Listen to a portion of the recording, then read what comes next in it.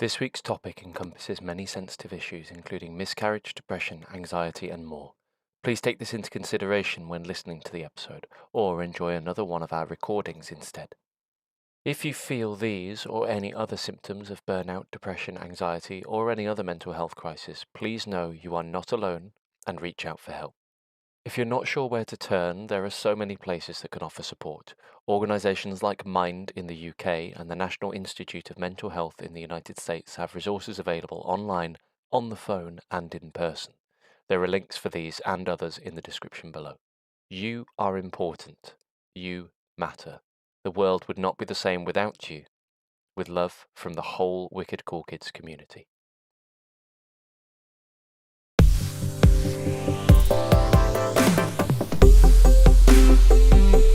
Hi there, all you wicked cool kids, and welcome to another little chinwag with some of my closest friends. Hi, friends! Hello! I can't even say hi. I don't know what a chinwag is, but I just feel the need to wag my chin. Is it because we're talking and the chin is moving? I don't understand It's the when your expression. significant other doesn't like your hairy beard, but then you go over and rub it on them anyway. That's nasty. It's true, though. Or That is you a great freshly definition of shaved it chinwag, and I it's scritchy scratchy. You guys are nasty. We Anyway, are sorry. British Hi. after all.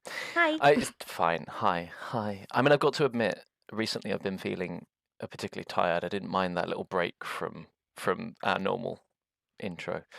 I've been kind of struggling to keep up with everything between projects at work, home life, especially with kids and being their taxi service, social activities, some that I know I choose and some that I feel obligated to do, and extracurricular activities like scouts, gaming, and D&D, and on and on and on and on.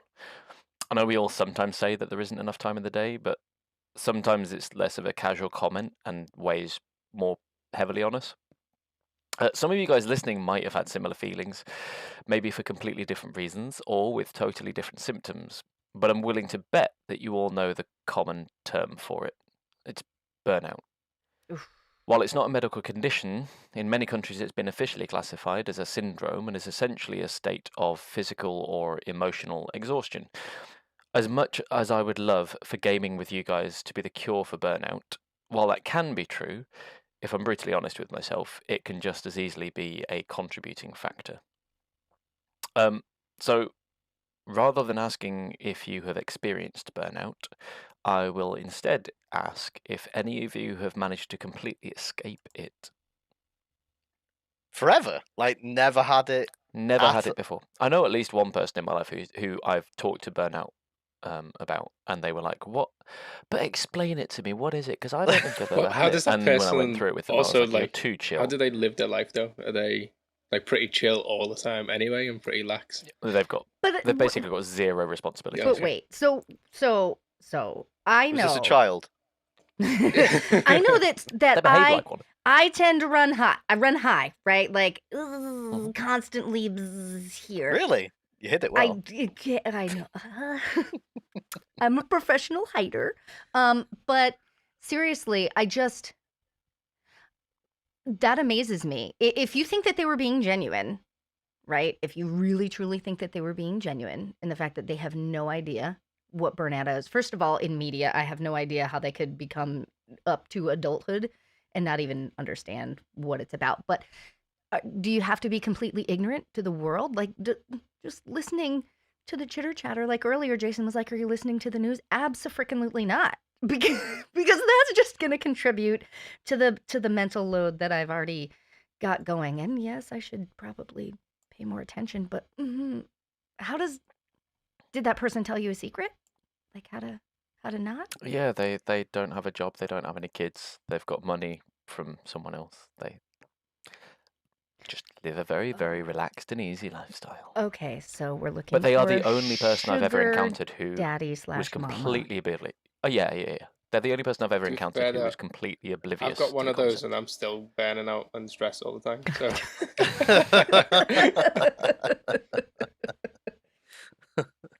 Right. So okay.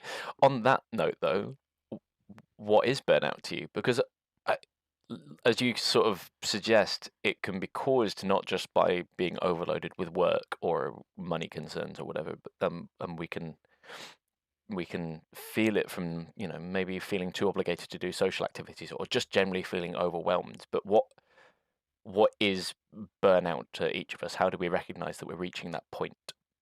I mean, what I describe for myself is pretty accurate for me. I notice that I'm burnt out when other people start randomly commenting that I look tired, even when I don't feel it.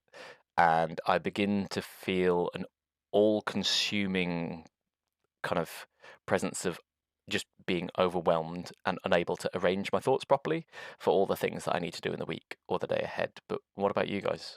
I find myself feeling drained, for sure. Lack of motivation to do things, even things that I do enjoy. And I know once I get started, I will enjoy in the moment. Bringing myself to start it becomes real difficult. Also, not being able to sleep. Unlike my partner, she takes forever to sleep anyway. I can just conk out. But sometimes if I feel like overwhelmed and burnt out, I get like this revenge sleep symptom where I'm like, I've not done enough today, and I weighs mentally on my mind about, I don't know, like kind of just performing or underperforming, should I say, against my own ego. Easily irritated as well. I can become like upset or angry, quite fast as well. It's like in the process of trying to not be burnt out and trying to do something that is maybe productive or something that I feel like is productive for me. And if something sort of minor can totally disrupt that and derail it quite easily when I am burnt out. Yes to all of that. That's exactly the same. I can be a major asshole when I'm starting to suffer from it. You can ask Anna. Yeah, No, I know. not Shock, isn't it? I'm you. like that sweet person who would never say a crossword or be pissed off at anything. Never. Yeah, don't swear.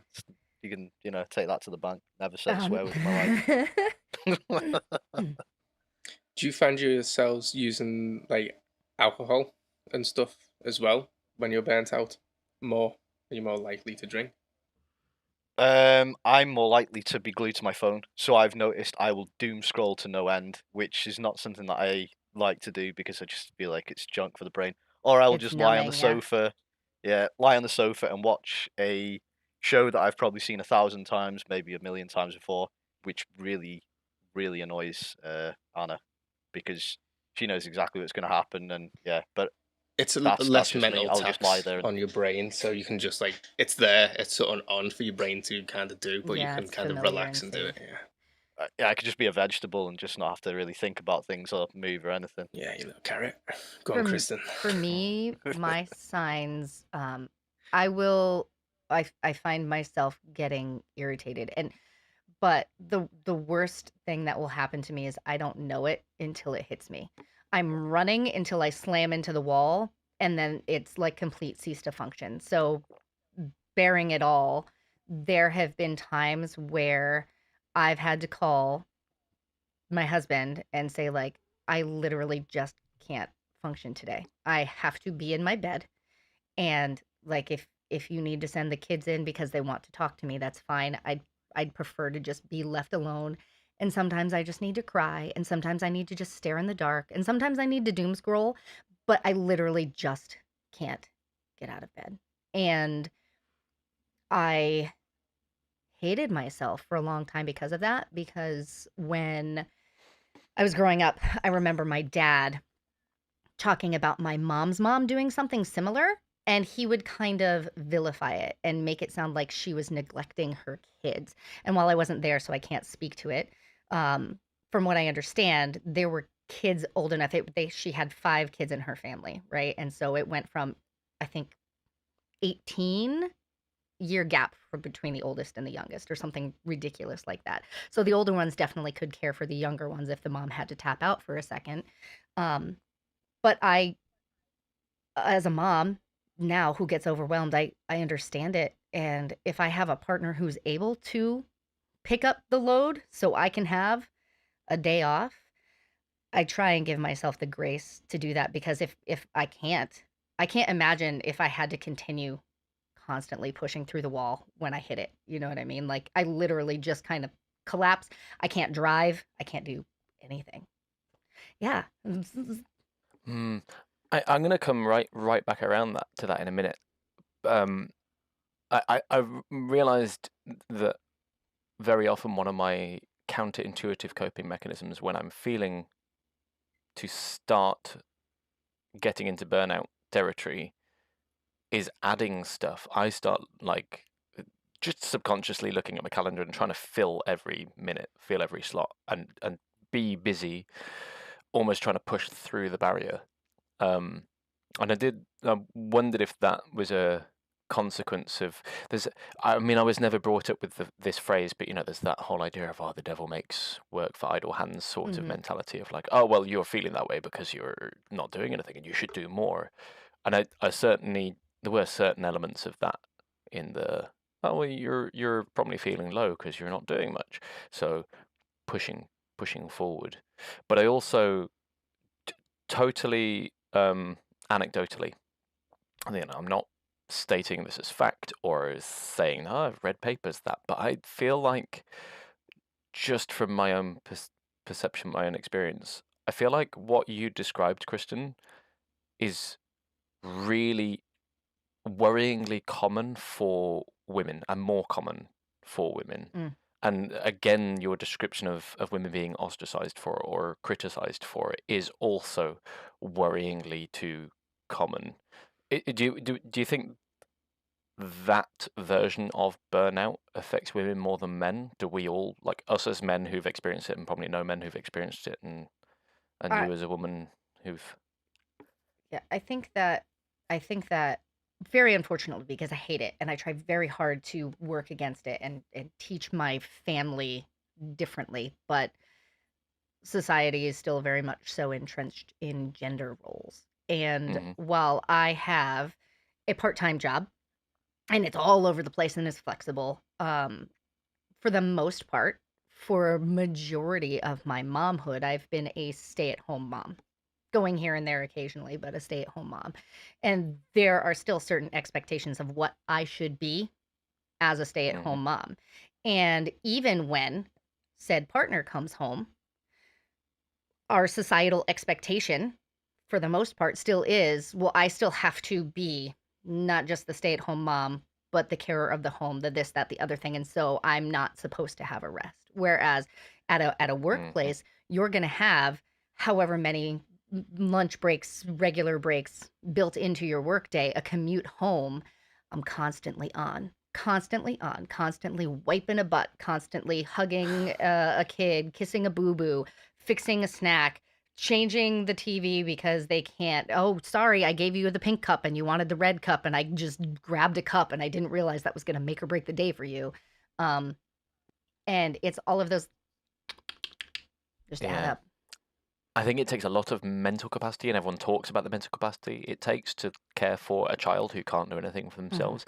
But actually, it's quite a lot of physical capacity that it consumes as well, because you are constantly getting up and down. And Yep. like, if you work an office job, you spend a lot of time sitting, and you might walk to the. People actively try to get walks into the water cooler or the kitchen or whatever to get movement in your day. But Mhm. when you are looking after young children, you're that and I think the key there is as you pointed out, it's the options.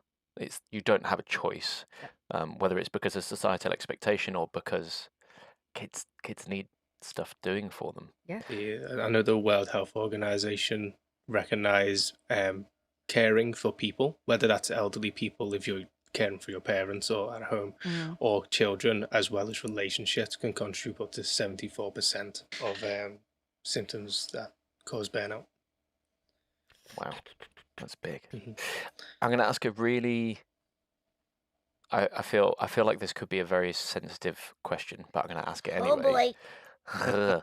um, so my wife is similar, in the sense that she does a lot, and I think she feels the weight of expectation and the weight of judgment when she doesn't feel like she's meeting those expectations, which causes this kind of feedback loop sometimes, because I will come home and do the kids' dinner or take them to their clubs or whatever. Um, I feel like sometimes that doesn't actually help her burnout because it just makes her feel even worse about the Guilty. fact that that she's not doing things. So how so you've already answered that by I can see your face and I can hear the word guilty. So I know that has an impact on you. So I'll let you speak on it, but I'd also be interested in hearing from Jason and Lee's perspective, because I know both of you, although Jason, like the home life situations are slightly different for all of us, but we all do still care for our partners. So how does that interaction affect their burnout and our own? It's interesting because it took me a long time, and actually I'm going to say that D&D helped, because before I found it, I found it very hard to justify doing anything for me. Anything. And then I was being actively encouraged to do it, and then I realized that, oh, this makes me feel a little bit more like Kristin, like my own person, instead of so and so's mom or so and so's partner, right? But still, even now, like, what was it, a week ago, Lee, when my husband decided he needed to drop out of the campaign that Lee runs that we were playing in together. And maybe temporarily, maybe long term, we're not quite sure. But right now, he's got a lot of stuff on his plate that he wants to take care of. And I immediately said, "So do I need to stop too? Do you want me to stop too? Like, I'm not allowed to do it because I had justified doing it because we were doing it together." And so it wasn't me having me time anymore. It was us having an experience together and spending shared time. And I still have to work on it, but being able to let go of that guilt, right? Like, fuck societal expectations. It creates so much unnecessary stress and burnout for people. Um, Being able to let go of that guilt and saying, like, hey, we are in a partnership, whatever that partnership looks like, we are in a partnership. And if he has an issue picking up when I cannot manage that, he'll tell me, and I have to trust him to tell me, right? So letting go of that and trusting that this is a team that we are in, has been helpful for me. But I still do carry the guilt of, okay, well, I mean, he has to do all these things because either I'm in a game or I have to tap out and go be in my room alone for an hour by myself, or whatever it is. There's still a lot of guilt there. But I can't imagine not having somebody to be able to help me. And the phrase "it takes a village," right, is there for a reason. And whether it's a friend, whether it's a partner, sometimes we just need help from somebody else. And I think that's a hard thing to surrender to sometimes. Like, asking for help is a very hard thing. Um, and the older I get, the more I realize that it's not a sign of strength to just continue to swallow down your pride and let people who want to help you just continue to think. I mean, nobody's fooled when you say, no, I don't need help. No, I don't want help. Nobody is fooled. But you're trying to make this, projection that you can handle it all. Nobody's, I don't think, designed to handle it all. So yeah, I think I rambled a little bit, but I think I kind of answered. So I'm tapping out and having a sip of coffee before I vomit more. Yeah, I sort of get that from Anna. She's constantly guilty, like feels guilty if I step in to take over and do stuff.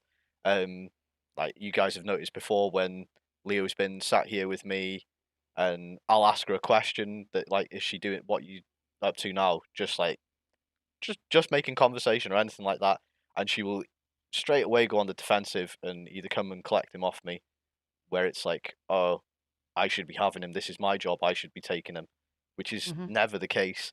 And then I get frustrated because it makes me think, does she think that I'm that sort of person who has that expectation of you have to have this child, even though we both created this child, you have to have them and look after them, which is not the case. I'm more than happy to have them anytime.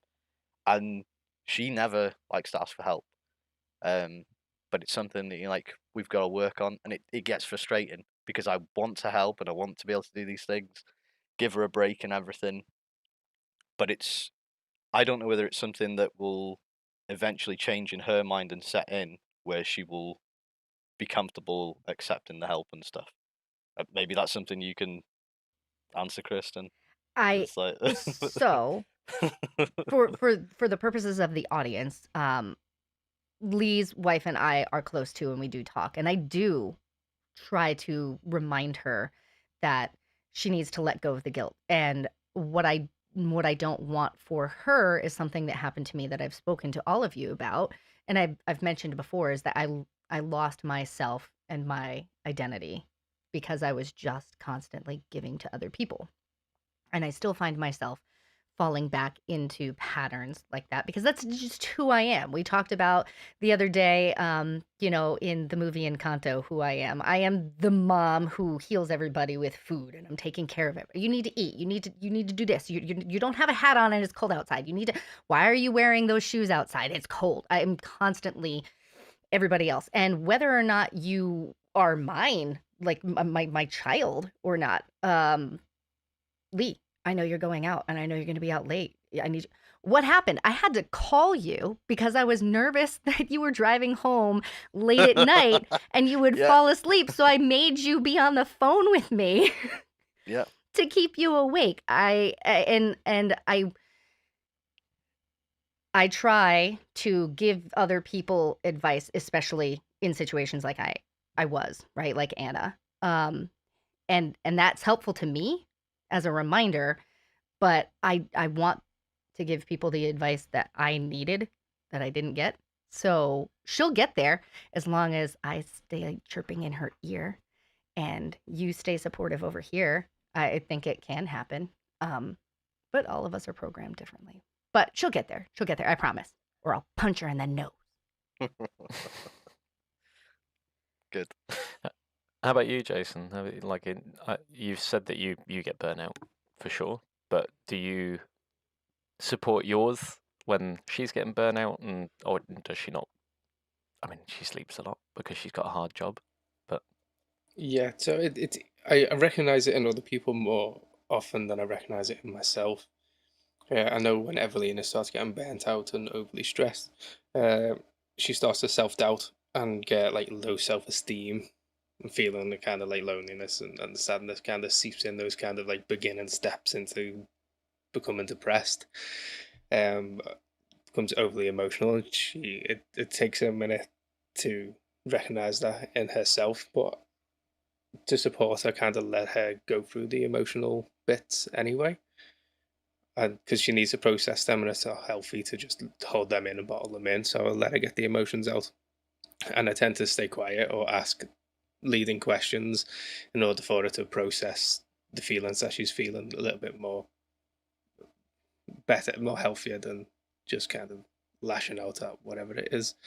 I know when I am burnt out, an easy fix for me is just doing a mundane task just by myself sitting there, and I'll be just like, oh, I've been needing to do this job for a while, like changing a plug on a wall. And if I just got left to do it and just complete that small task, it gives me a sense of small achievement, which then leads me on a path to fix the burnout.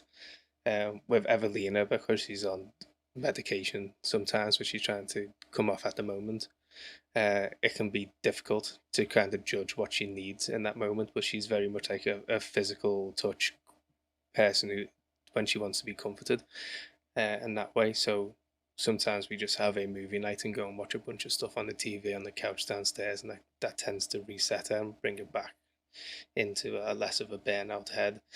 Um, but it's difficult. It's like I know what makes Evelina happy when she is burnt out, but it's picking up on the subtle hints at the beginning stages to catch it early enough before it snowballs, because it can easily hit that wall. Like Kristin said, you don't know you're there really until you've hit the wall and you're in that moment, and then there's a whole lot of destruction already behind you that you need to repair before you can even think about fixing the burnout, because you just did all this destruction and then you can't get out of the burnout because you're constantly thinking about the destruction that you left behind you. So I feel like catching it early and having sort of partner there that recognizes those early signs of burnout in your partner is vital. And even if that's a friend, it doesn't have to be someone you live with. Even if friends pull up, like you said, Joe, people start noticing that you look like, are you tired? You look tired. If that's an early sign of your burnout, then we can attack that straight away, and we can recognize that as friends and let you know, and help out each other. It doesn't have to be a partner's at home. It can be anybody within our lives that is you comfortable enough to also share the burnout kind of side of you with, which I think you should be with anyone that you would call a friend. Well, yeah, not sure. I'm just rambling on now about And how to support then friends, but it's perfect. And then you have to actually, when you're asked the question, be honest. honest. Yeah. And what is, I'm okay, Mhm. I'm fine. Yeah, that's difficult to Mhm. to open up and be honest about that, because you get that guilt of, am I a burden? Yeah, putting the burden on someone else. Yeah. Yeah, I think it happens more often than people want to let on. Like, look at what our society is. And so I remember being younger back in the day, where I met this woman who was from Ireland, and she sat me down and she said, I will never understand why Americans think that it's okay to have more than one job. Like, what are you doing with your life? You're wasting it working. And I was like, ah, I mean, but sometimes you have to pay the bills. And she's like, okay, well, I guess die with a roof over your head, but you never live. And I was like, what? mind blown. But again, that is, and I cannot speak to your particular environments. All four of us are technically in different places right now, but I can't speak to what the pressures are like over there. But we glorify certain things, and it's only going to lead to burnout. And you're not allowed to have the burnout. This is actually perfect because my son texted me earlier saying that one of his friends from his D&D club was struggling with their mental health and they needed a mental health day. And their parent said, well, I'll let you have a day off when you can pull your grades up. And he said, that's not the way that works. Like, they need a day off No. now, and then they'll have enough energy to recover to be able to pull their grades up and be able to focus and whatnot. And I'm so thankful that he can recognize that, because I think that's a really important step. And he's working to be a supportive friend to them. But we push ourselves so much that it's just one of those things that's not supposed to happen. This is air quotes. It's not supposed to happen, but it happens all the time. And we all just float along and say, I'm fine, I'm fine. There's the reason that meme with the dumpster on fire is floating down, right? Or the little dog drinking coffee and the office is on fire. I'm fine. Everything's fine. It's okay. Like, Yeah, we're just we supposed to as feel close like it's friends spend normal. so much time telling each other, "Hey, be kinder to yourself." What? And I think I think we're really lucky that we don't have to tell each other generally, be kinder to others, because that's sort of ingrained in your guys' personalities. But there are definitely people out there who need to be given that advice now and then. But definitely be kind to yourself is an important one, because the scenario you just described, Kristin, of like you need the break before you can climb the mountain. Mhm. You need to take those rest periods. You need to succumb to it Hydrate so that you properly. can prepare for the next steps forwards. It's interesting to me that a- we've sort of touched on recognizing burnout either in ourselves or in others, and largely the physical indicators are just being tired, like needing to sleep more or looking more disheveled.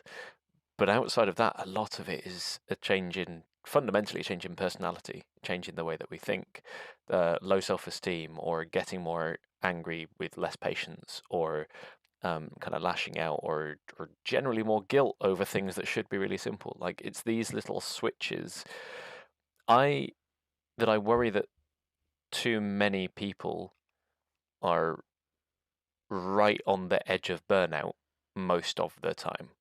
And those indicators are going to be completely lost because they are not necessarily changes in their day-to-day personality.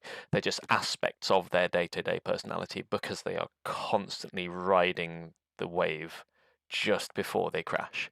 And that terrifies me for my loved ones and for my friends. Like the idea that they could just drop at any point and be hit by this surge of burnout is really worrying. This episode is brought to you by JB Media. Fly your adventuring party above the clouds with JB Media's Airship Pack. You can customize your ship with an array of colors for the sails, decking, and more. So take the helm and make it your own. This pack includes 4 levels for your players to explore, from the air balloon and crow's nest at the top, through the main and mid decks down to the lowest level.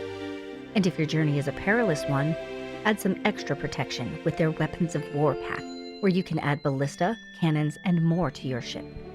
Sail on over to their Patreon to view and purchase bundles, also available on Roll20 and Foundry for purchase.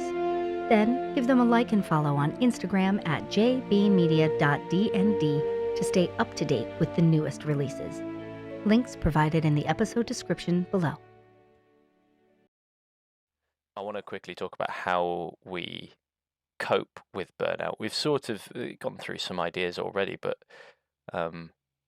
with a bigger focus. I mean, for me, I know that sometimes skipping things that are already in my calendar, it might help in the short term, like skipping out on a D&D session or not going to Scouts one night or whatever. It might help in the short term, but it doesn't really help in the long term unless I do that with everything in a week, unless I completely abandon everything for a bigger period of time. What I have found, however, ironically, I mentioned that when I'm super burnt out, I sort of try and fill my time and I fill all the gaps. But I've found that if I take ownership of that and physically organizing not just my diary but also my thoughts really helps me to readjust. So I try to plan a low-key day, typically going for a really simple walk, getting some fresh air, maybe a picnic with the kids, and then we get back, I put a film on and we sit and watch it together while I sit and plan my week ahead in the diary, and most importantly for the process, I write something about each event. How I'm feeling about it in the moment, how I expect to feel about it afterwards, maybe even trying to link it to another event in the diary. So like, oh, I'm really worried about this thing, but I know that then I'm going out for a coffee with so-and-so, so I can vent some of my feelings to them. And that really helps me to visualize a balancing of the scales and kind of come down from it and cope better. And then also I'm able to ditch things that, hey, I'm feeling rubbish about this. What's the value? There is no value. Oh, that's the thing I can drop. But how about the rest of you? How do you, when you are in the throes of full-on burnout, how do you cope? I like the idea of the diary, Joe. I just don't have the patience to sit down and write a diary. But I also don't tend to do things I don't value anyway. I'd like, for me to agree to do something, I need to see the value face first anyway. And if I don't, I just won't be interested and won't do it. I'm at the point of my life. I'm just like, I don't care whether it upsets you or not. This has no value to me. I'm not going to do it. But mostly having a to speak up and be honest, I think, is the first step of I've recognized I am burnt out, and recognize it is the first step, and then being able to have some kind of support network, so friends, family, some people to fall back on when you do recognize that you're burnt out, and then let them know so that they're aware of the situation. If not, are like able to help, at least they understand, because you might have plans that you do find value in with those people that you just need to be honest with and go, listen, I am burnt out, maybe we can't do next session when we play D&D on Monday or Thursday. Just be honest with it, and you know, if they're any kind of decent friend, they will understand and they will make a workaround.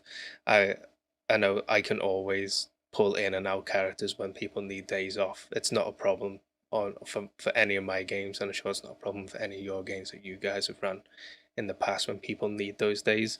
I find exercise really helps as well. I do like going into the gym, or even just, you know, doing some sort of hard manual labor about the house as well, like me just taking time to fix a plug that I've not done in a while, or do some sanding, or do some carpentry, something that is kind of physically active.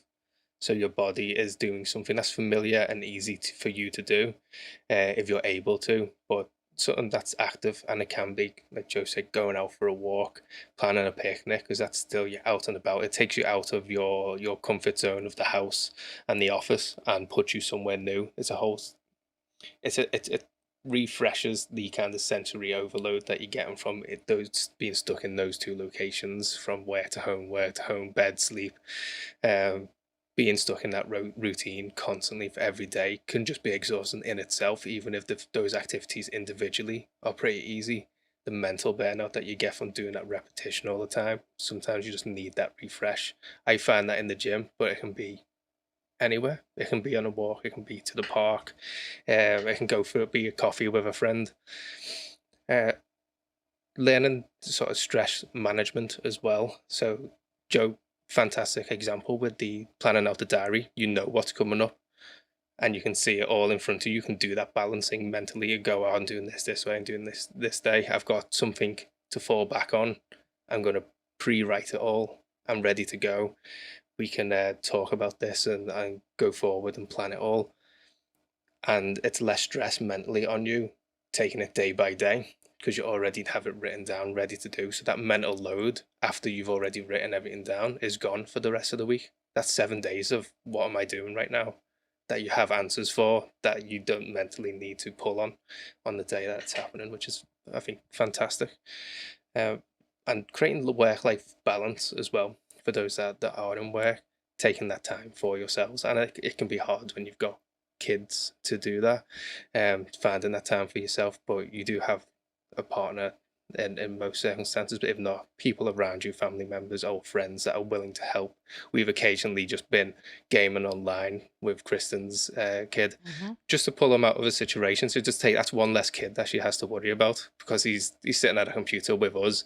We can look after him on the internet. Like we've been along and we're Give him old terrible enough. advice. Yeah, yeah. Give him that kind of that lad chatter that he might not necessarily get at home, or alone, because there's too many things going on sometimes, and you just can't manage other people when you're struggling to manage yourself. So having those friends or family to fall back on is having that balance to give yourself some time. Like we all have time for the D&D session. We try and make time when we can to do so. Having little things like that. It doesn't have to be D&D, obviously. It can be anything. It can be a pottery class that you go to once a month. It can be a dance class. Anything that your heart desires, I think, will benefit you highly when it comes to burnout, and trying to fix those symptoms. I don't know what snaps me out of it. Me saying I it's time to honestly- get out of your fort now. Yeah, yeah. I suppose being pestered like that. Mhm. Because I can go through, like I don't know if many of you noticed, but I will go through times where I will not be online at all and present as much as I should be. And There's it's no usually should. because Because that's one of those expectations that doesn't oh, need to be there. yeah, Sorry, well, continue. I suppose, but Mhm. yeah, but I enjoy. That's the thing Then I you want enjoy to being. be, I but that's enjoy. different than That's as I said earlier, though. Yeah. Even doing things you enjoy can be such a mental task. Yeah. And you know that Yeah. you'll enjoy it once you start it. It's just getting up to that point. And I had a friend who told me one day, he said, just start it. Like it takes a while to train your mind. Ew. It takes a while. Like it took me a Just long start it. time to just be like, how do you just start something? But I've got to the point now I Yeah. can just blank my mind and begin something on like auto command, and then 5 minutes into the task, I'm like, oh, I'm doing it, and then Yeah. I'm out. Yeah. And it's You're running yeah. with it. And that's why if I do get to that point of burnout, it's easier for me now. I'm getting older and a little bit more wiser to get out of it. But like I said, like don't put pressure on yourself, mate.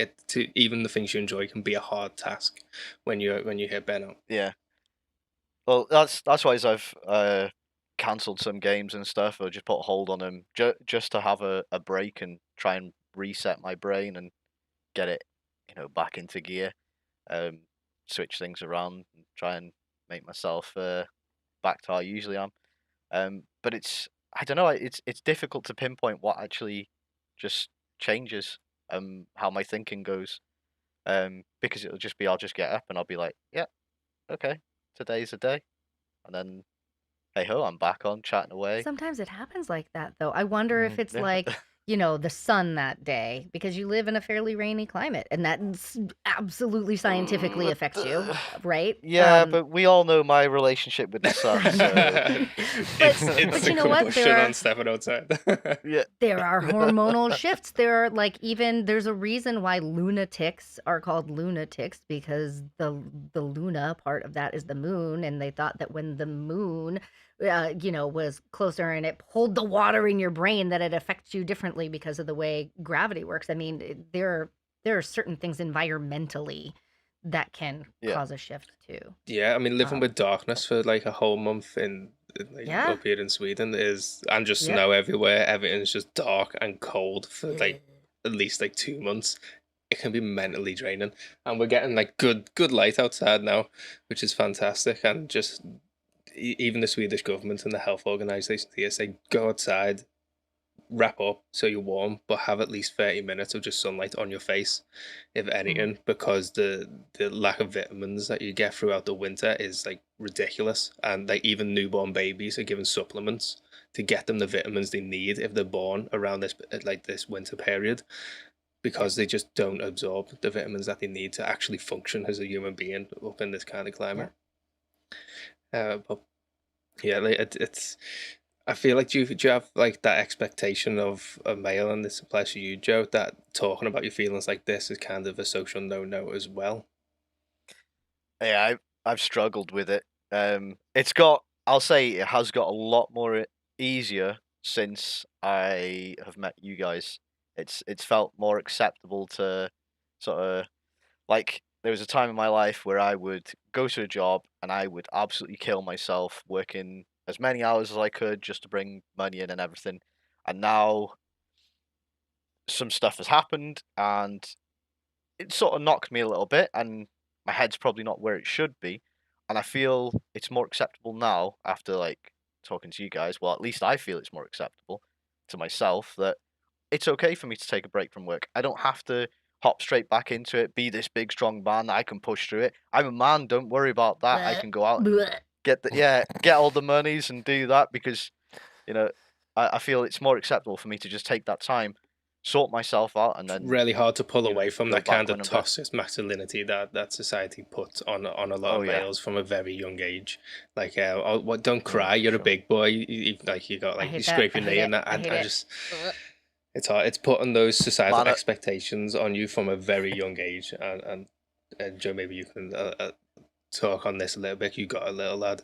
How do you kind of deal with that as a grown adult now, and how do you kind of teach Yeah, your to kids be that? honest, actually, that's almost sent me down a tangent of thought because as we were talking, I've started to realise that I actually recognise burnout in the kids already as well, and we both of us have when we, for a long while, when we first started doing more after-school activities with them. They both are scouts. They both do swimming. One of them does music lessons. One does dance lessons. They have school 5 days a week. We go to church on a Sunday. Like there was a lot. There was a lot for two very small human beings to cope with. And for a while now, we've said, for a little while, we said every weekend, one of the days has to be a nothing day. Has to be a day where the kids can, if they want to, just do nothing, just chill out. Yeah, try and get some fresh air at some point, but give them that time to reset. I never really connected the dots and associated that as like trying to help them avoid burnout, but realistically, that's what it was, because we recognized that if we didn't do that, they would not just be tired and grumpy as most adults describe kids, but they would have these shifts in behaviors and they wouldn't be themselves, and they would have less patience and have less concentration Meltdown. and have Yeah. real meltdowns. So I guess in a way I'm fortunate that we sort of automatically addressed a lot of those issues with my kids. Just I think I'm lucky with my partner and my extended family that we've had lots of events in our lives that mean we're fairly switched on to some of these topics anyway.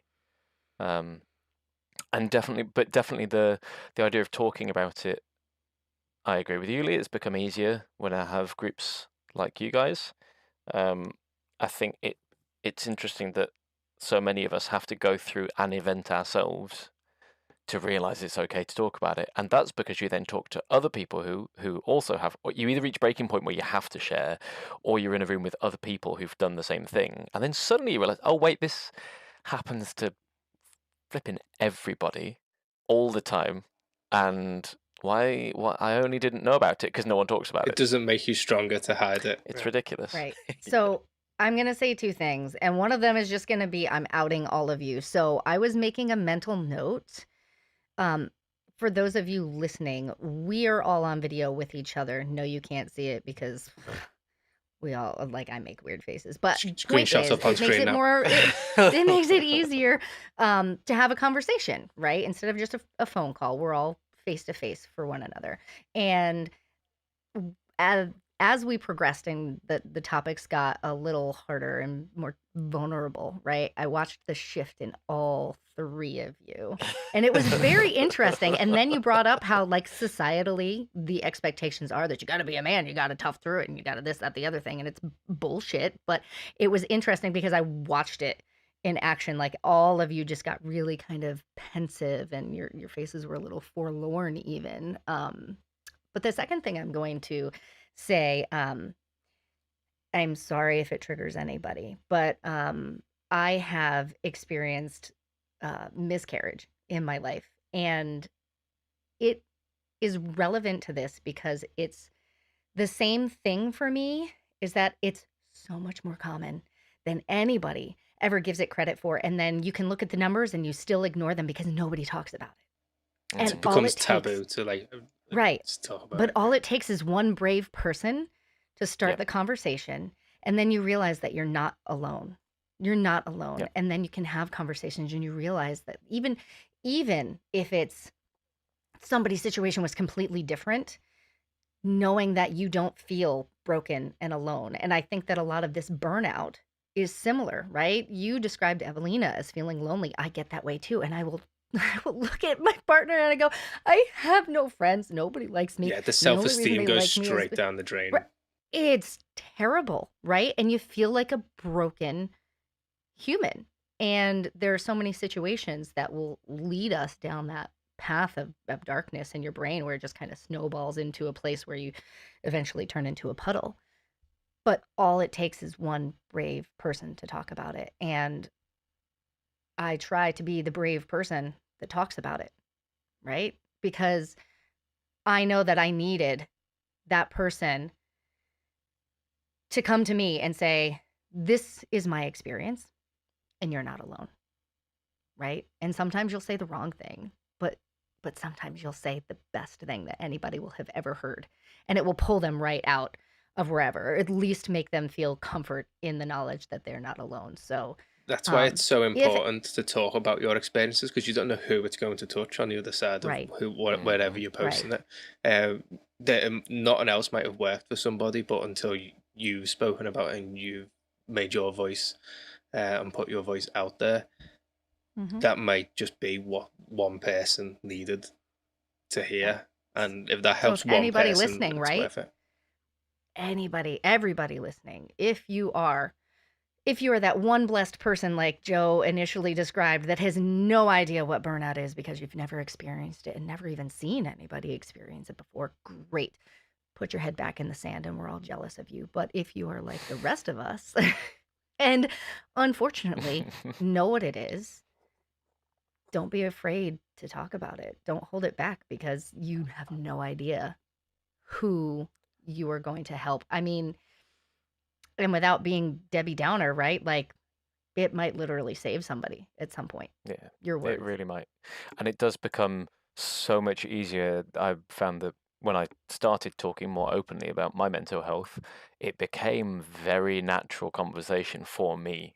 No matter how the other participant felt, it has become very easy for me to just be like, oh yeah, that's a thing that happened to me once, and still happens. Like there's still things that happen to me, and it's cool. It's just part of. It becomes just part of your natural conversation. Like, oh, I went and bought a car, and I also got my citalopram from down the pharmacist. Yeah. Because it's not a big deal, because hundreds Yeah. of thousands of millions of people do it all the time. I love the idea of doing something for yourself as well. I think one of the things that I know Kristin hates about me is that I ride a motorbike, and doing something for yourself that takes little mental kind of capacity, like mental strain, is important. Going out for a walk can be lovely, but then I don't know about anyone else, but I get stressed about the route and how long it's going to take. I do as well. I'm Totally there ridiculous. with you, Joe. Well, right.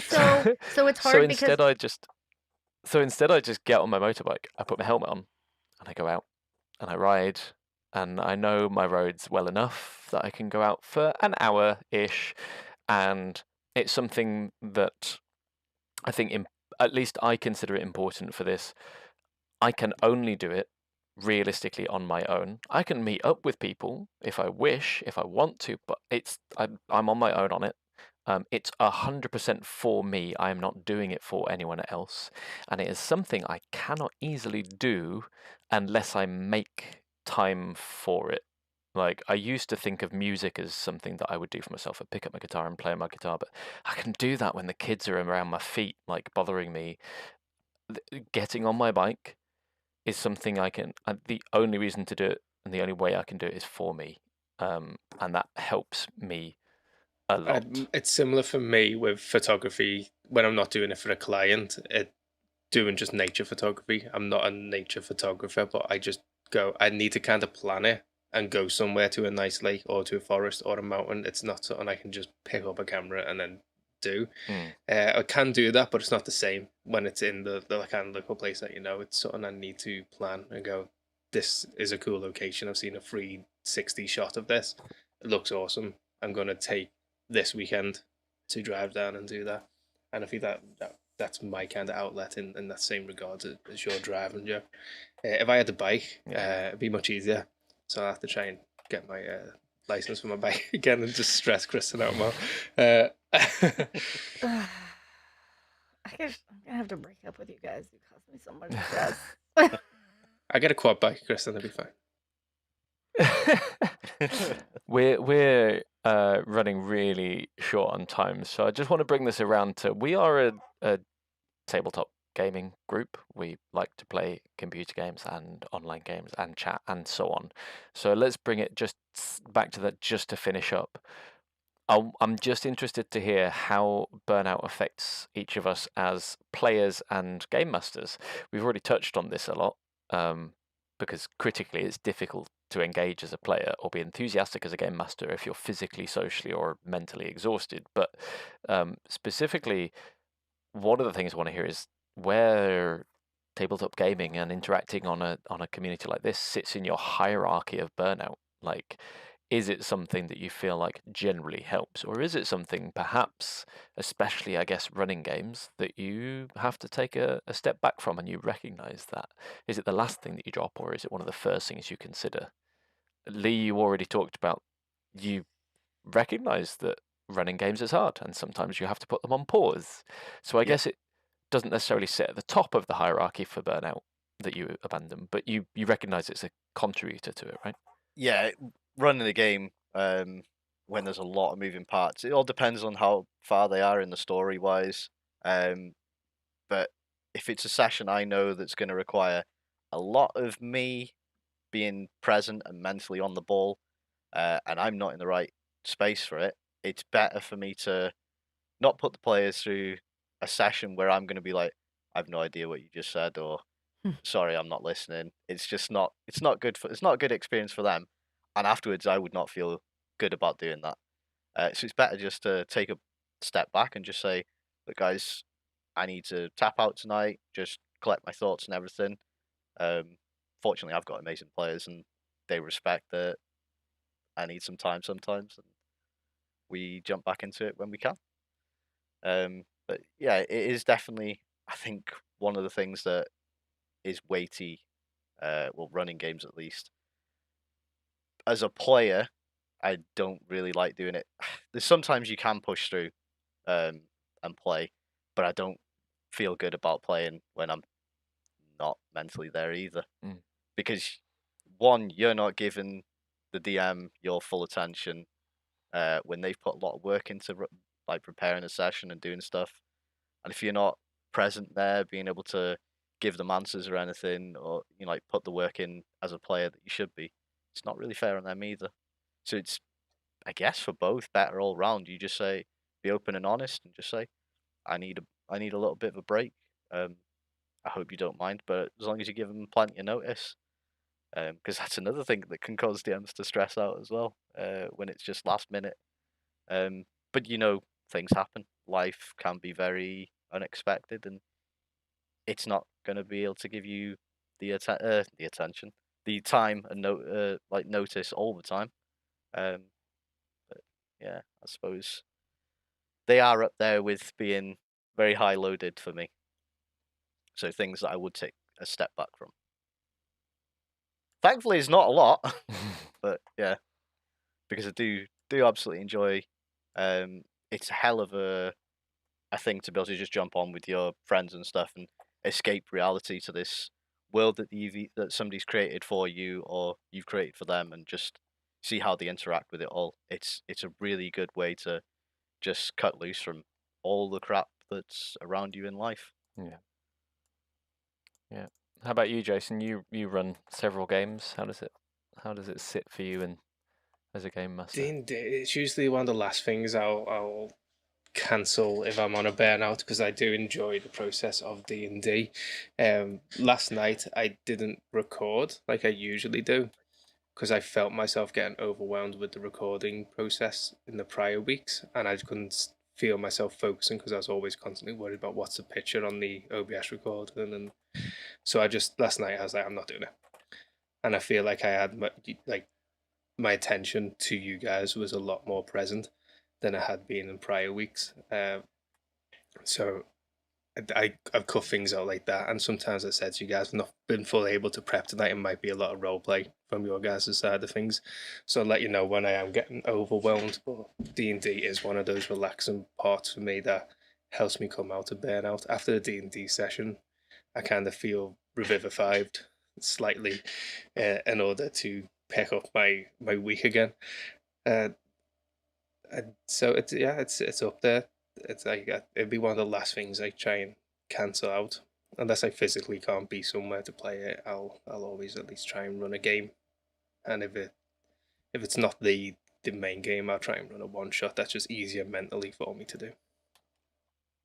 I love that you talk specifically about sort of modifying it so that you can cope, so that you can still get through it and enjoy it, like changing things. Hey, it's going to be RP heavy, because rather than pushing yourself necessarily to, which I know is not true. I know that you do force yourself to try and finish maps and prepare, but you also will be open and honest. Those things aren't necessary for the game, though. They're just visual stimulation for myself and for the players. They don't need to be there, though. It's one of those things that can be cut if it comes to it. I just like the visual component there, because I find enjoyment in making the maps as well. And then finally, you guys actually using the maps, and like, oh look, my little map's actually being used. And then you go and lose track of where the monster was going, and we never actually get to the cave system that I spent like 2 hours making. Wow. But it's all right. No one's holding grudges. Don't make it a DC 30 to find the cave then. It's all right. I'll use it somewhere else. Yeah, I was going to say, I'm sure you can repurpose it for another place we can I'll go down. just throw another one of those big sky danger noodles at you. How about you, Kristin? How about you as a I know you don't run many games at the moment. You have run a couple of games, and you've been many players. So how does A it? campaign on the horizon as well. Ew. I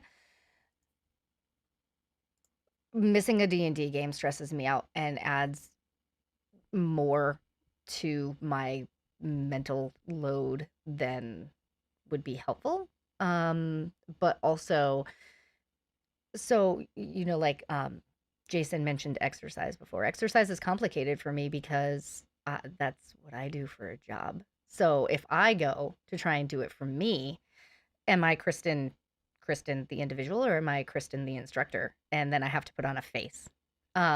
So that's sometimes, I mean, I bought myself a Peloton so I could have somebody else boss me around. Because sometimes I just need what people go to the gym for, right? And if I go to the gym, the facility that I work at, then I'm not going there for me because people will recognize me and talk to me and whatever, and I can't get what I want out of it. In D&D, I can get what I want out of it.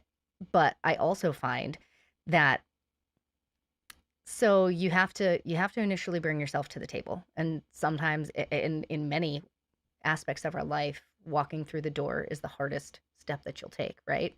So sitting down in front of the computer, if I can get there, which I do, but if I can bring myself to get there, well, then guess what? I get to shut Kristin off. And sometimes that's helpful. I put myself into somebody else's shoes. And especially like if I'm having a bad day and I just need to be a bitch, thank God it's Thursday and I've got Miranda. And I can just go be as nasty to people as I want and just get it out of my system. And that's who she is. And sometimes that's a helpful thing. Or, I can be like on a Monday, I can be all sorts of crazy energy and just do really impulsive things and get it all out. But it's Kristin working out emotions through somebody else, which is one of the reasons I love D&D so much. But it's really helpful to put Kristin aside for a second and be able to give her a break, right? My mental load switches off because now I'm in game mode. So yeah, it's not something that I will cancel. And if anybody has been around me when I've had to cancel, I'm like, I'm sorry, I'm the worst, I know, like I'll do whatever. Like, do you need me to get up at 3:00 in the morning to have a makeup session? I'll do that if you needed to. So it's stress management for me to play. Yeah, and you're not there to take the notes, which stresses you even more, right? Because you're then what happened, and then yeah.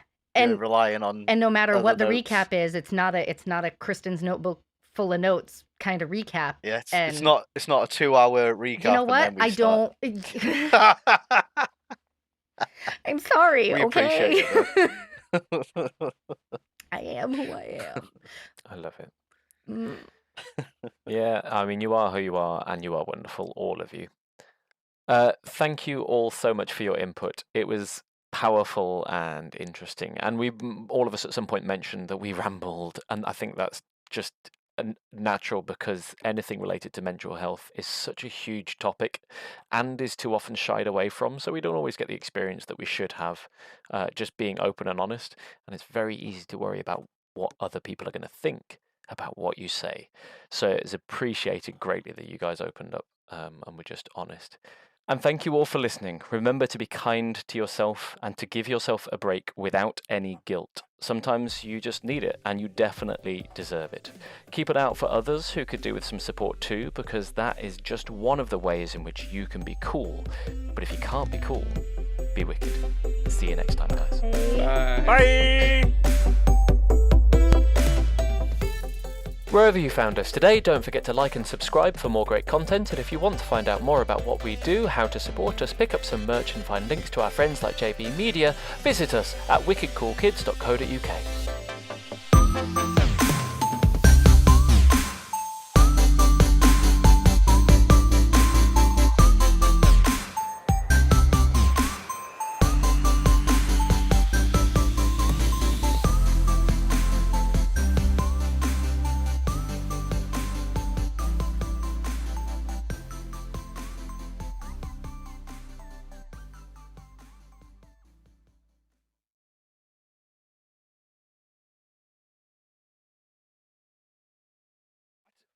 It might be because my hands are so sweaty all the time that's why nothing comes. Oh, that would through. definitely make it better. If No. hang on, let me lube up my hands. No, I No, had 'cause to play they're with not- lubricated hands before. They're It was not wet. They're just like damp, if that makes sense.